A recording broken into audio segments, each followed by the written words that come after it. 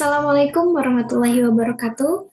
Perkenalkan, nama saya Pina Salma Faujiah dengan NIM 210600174, kelas B1 tahun 2021, Prodi PGSD.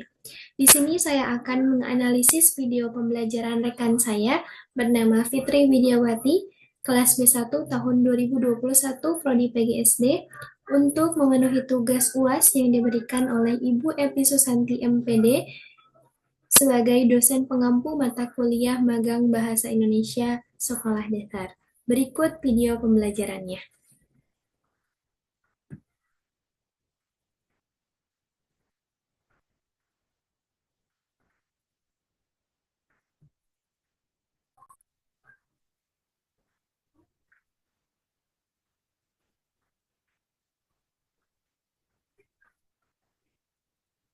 Mulai pembelajaran silakan dipimpin dulu.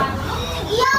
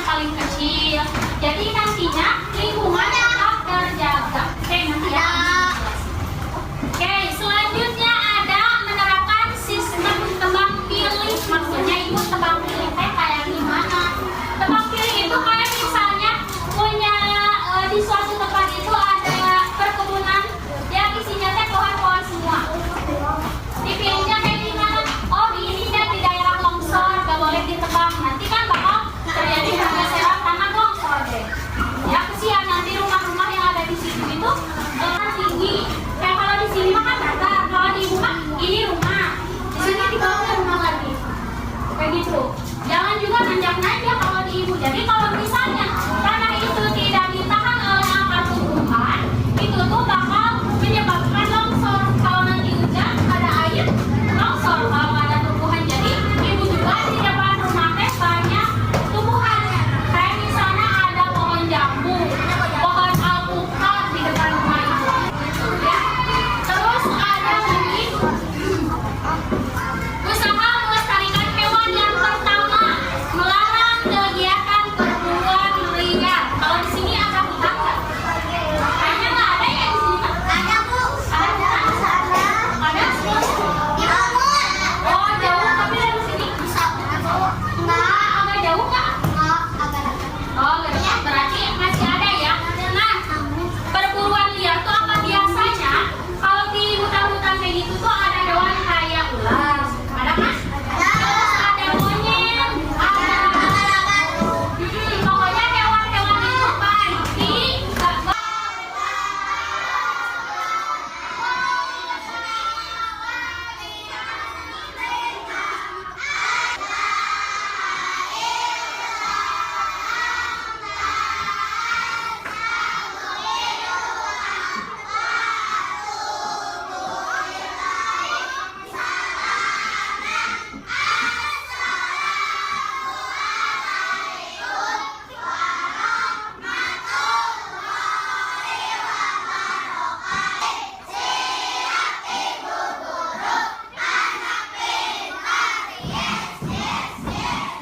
Oke, Waalaikumsalam warahmatullahi wabarakatuh.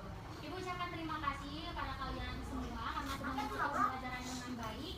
Ibu harap kalian selalu tetap semangat belajar. Tetap semangat nggak belajarnya? Pesan dari ibu satu, jangan lupa kerjakan PR-nya dan jangan lupa belajar di rumah. Oke? Boleh bikin barisan dulu nggak? Baris gitu, biar pulang ke rumah. Ya nggak apa-apa, baris dulu aja. Ya nggak apa-apa. Terima kasih kan tangannya capek tadi pegel udah belajar ya. Oke.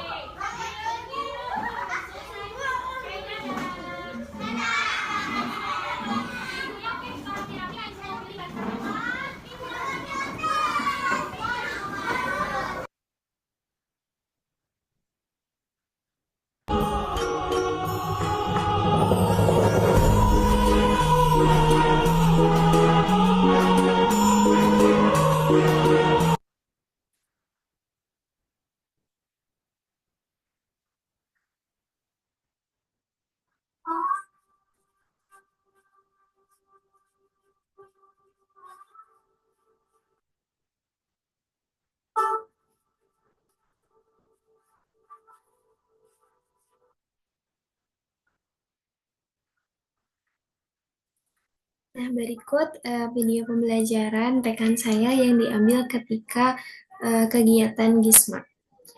Dari video pembelajaran yang dipraktikkan oleh rekan saya, sebetulnya sudah dilaksanakan secara keseluruhan, baik itu dari pendahuluan, kegiatan pendahuluan, kemudian kegiatan inti, dan juga kegiatan penutupan.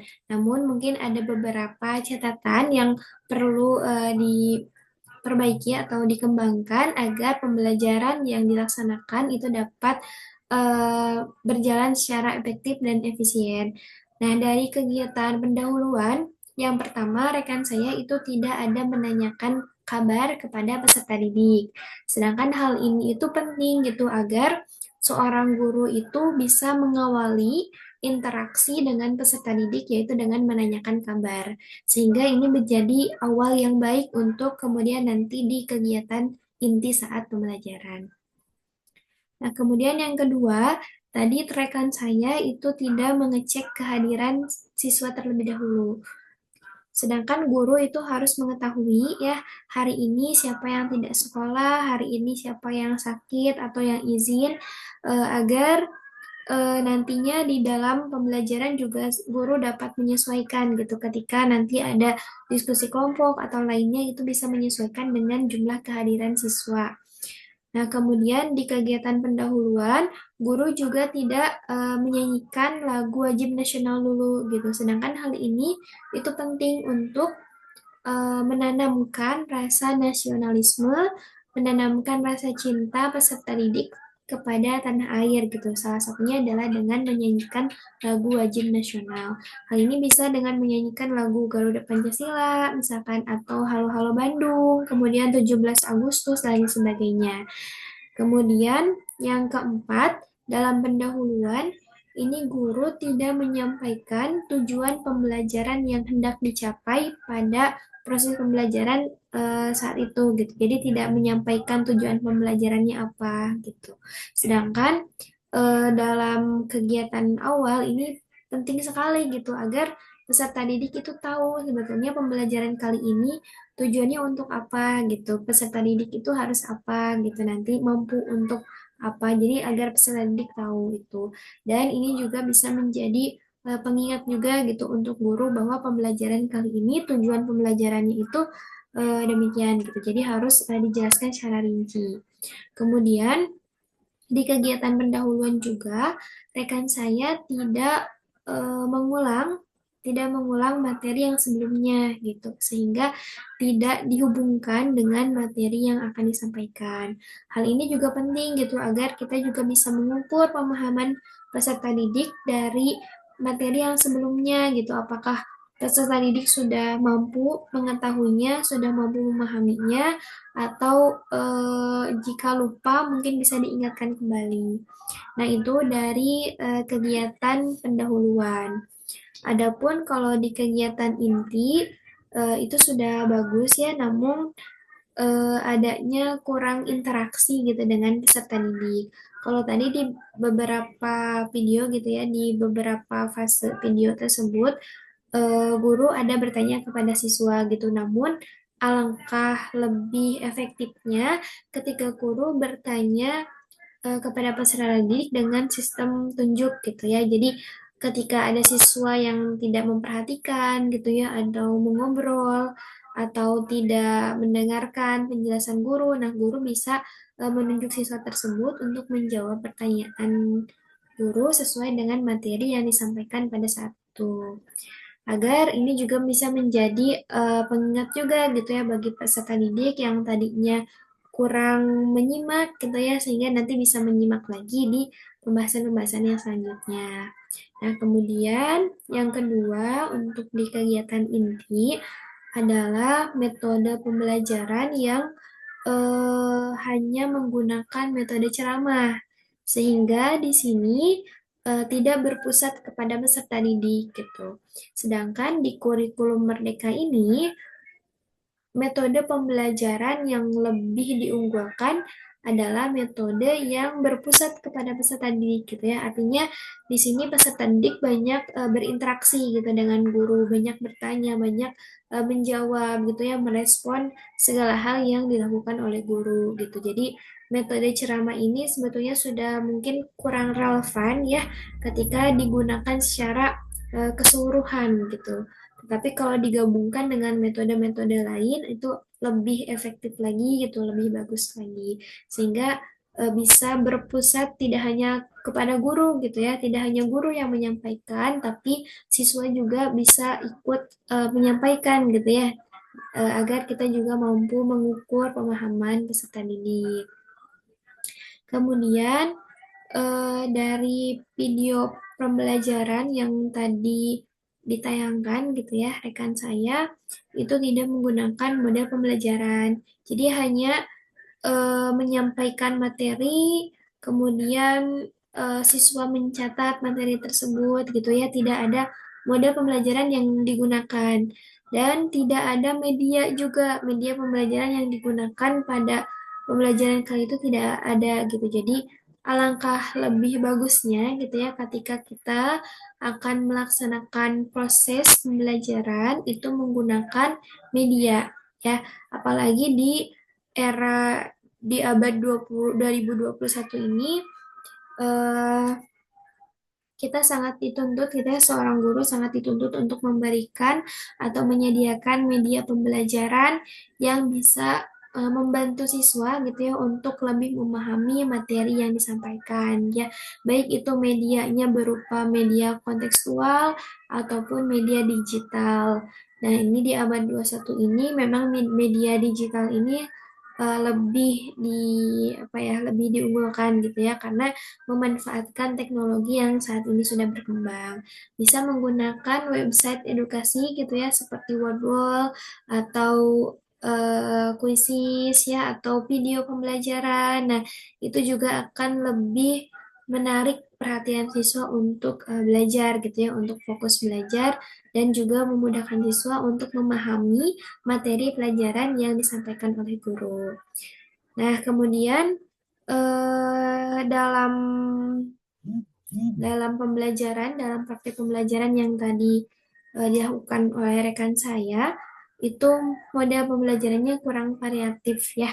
Metodenya kurang variatif, kemudian strateginya juga kurang variatif.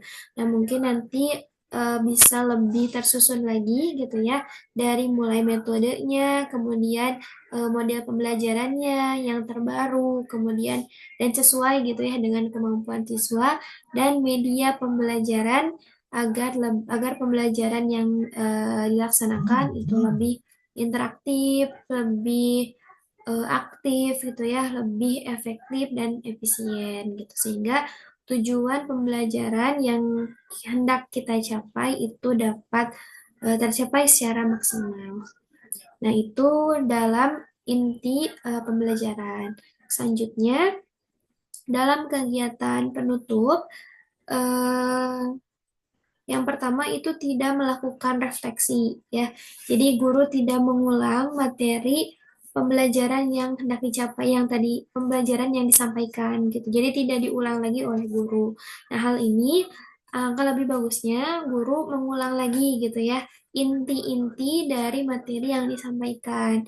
Seperti poin-poinnya, misalkan tadi jadi anak-anak untuk di kehidupan ini gitu ya, ada elemen abiotik dan ada biotik. Nah, diperjelas lagi abiotik itu apa, cenderung seperti apa gitu ya, untuk mengulang kembali gitu ya, mengulas kembali agar siswa juga bisa lebih paham ya, bisa lebih mengerti terhadap materi yang disampaikan.